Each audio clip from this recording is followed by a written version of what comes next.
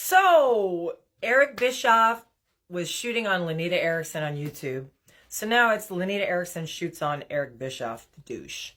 I've kept my mouth quiet for, gosh, a decade and a half, 2 decades almost. And this son of a bitch can't stop rambling his ugly mouth. He called me a ring rat. He called me a kiss rat. He said, living ostensibly, and if she's still alive, she's still alive. Terminal cancer and all, Bischoff. And let me tell you all the real story. Anybody who's read Nitro, you got a really strong gist of it. But I would like to just tell you in real words, no, I've never been a wrestler. No, I was never a ring rat. And I sure as hell was not a kiss rat. I had a 16-year great friendship with Gene Simmons. Business, friendship, everything. So if that pisses douche off, that's too bad. But I counted, I think it was 17 times in his YouTube diatribe that he did on me. I think they said it like 17 times they said my name. Do you understand that that's gold in marketing? So thank you, Eric. And I think it was Lawler, whoever was doing it. Guy Evans, who wrote the book.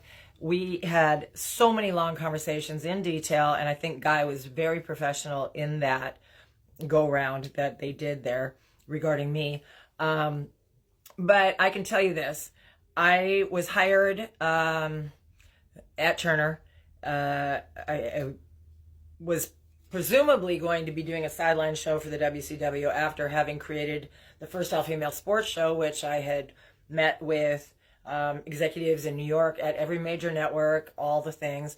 And so it was a little ahead of its time for Major League Sports, but Brad Siegel liked it. He thought it would be a good sideline show for the wrestlers. I also had a music project at the same time for the Millennium. So he kind of created this whole concept of an alter ego from my sideline show. Then all of a sudden this big music presentation, would come down. And it was a really elaborate, kind of cool situation. And so it took me about 8 months to hammer out, the deal that I wanted in the contract. And so I got to Atlanta October 1 of 2000. And immediately I could tell something was up because I got treated like I was the boogeyman. And they're like, there's no way you're under contract already. And let me go find out. Well, consequently, prior to me getting to Atlanta, I had been at ABC Sports in New York. And the vice president of ABC happened to be very, very good longtime friends with J.J. Dillon in the WCW, Senior Director of Operations. So when I reported in to my first day of work, she's like, there's no way you're under contract. And do you want to be a wrestler? I just looked at her. I'm like, what are you, high? I mean, no. And I spent some time training because I was had been a pro bodybuilder for a long time. But I spent some time training, and what wrestlers go through, let me tell you something. They are amazing athletes. But no, I'm not here to be a wrestler. I'm under contract already. I'm doing this show and yada, yada. And so she was like all ghosty on me. And so I said, in the meantime, while I'm waiting, is JJ Dillon available? And so JJ came out, and it was kind of like just staring at me like, again, I felt like the whole thing was like the boogeyman. Oh gosh. Shut up, Clyde. And Fitz. And those are my dogs, sorry. I've got a big ranch here that I'm running. Yes, Eric Bischoff. Yes, I'm living in obscurity on this big ranch. So anyway, JJ came out. We went back into the office to start talking, and immediately I started to connect pieces of the puzzle. JJ said to me immediately not immediately. I mean, we talked because he was gauging me a lot. And then he just said, holy crap, Siegel brought you in to run the company, didn't he? And of course, no, that's not why Brad brought me in. Brad Siegel is brilliant. And he was brilliant enough to want me to do my TV show and the whole musical aspect, but I didn't understand where the disconnect between what I was supposed to be doing and what was going on was, and I learned it very quickly. In 4 days, I had 12 years of spreadsheets of the WCW put in front of me. And JJ and I talked very extensively. And let me tell you something, rock and roll is no different than the world of wrestling as far as theatrics, stage, performance.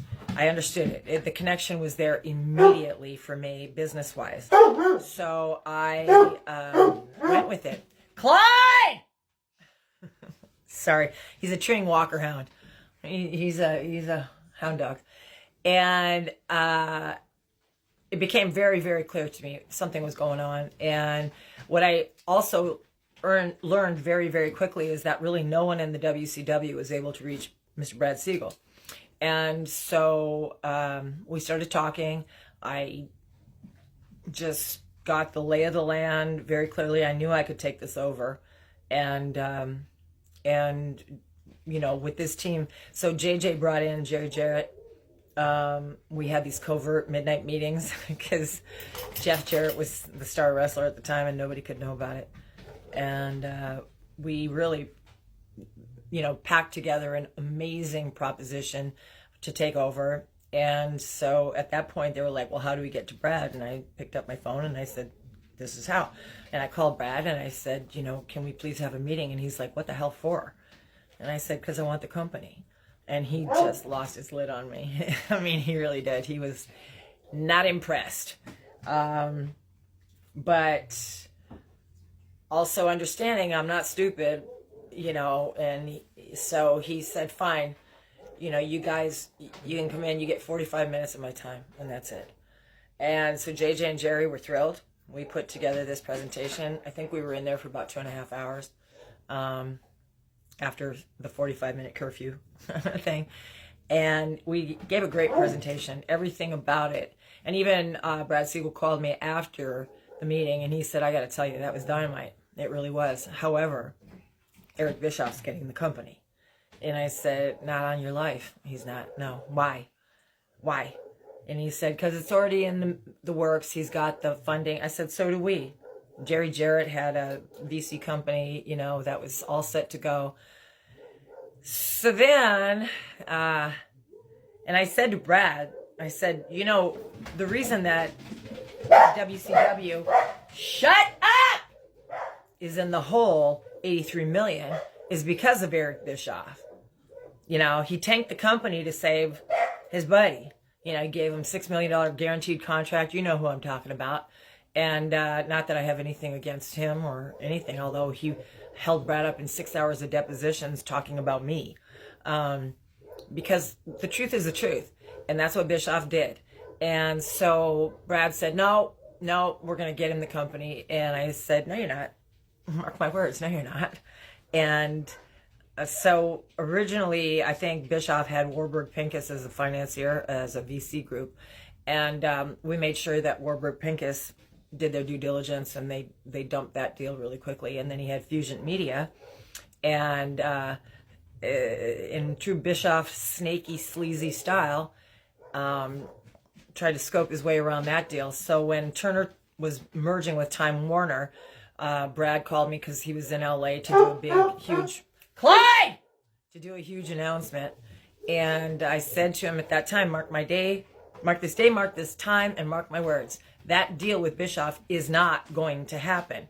And Mr. Siegel laughed at me. He's just like, yeah, whatever, Lenita. Okay, yeah, it is. I said, no, it's not. And lo and behold, as the great good Lord above, see this? God's will be done. Okay? All of a sudden, I get a call from the head of Fox Sports, and he says, hey, we're out of time? You're getting close. Yeah, well, I'm almost out of time. So follow for part 2. So follow up for part 2. Yeah, thank you.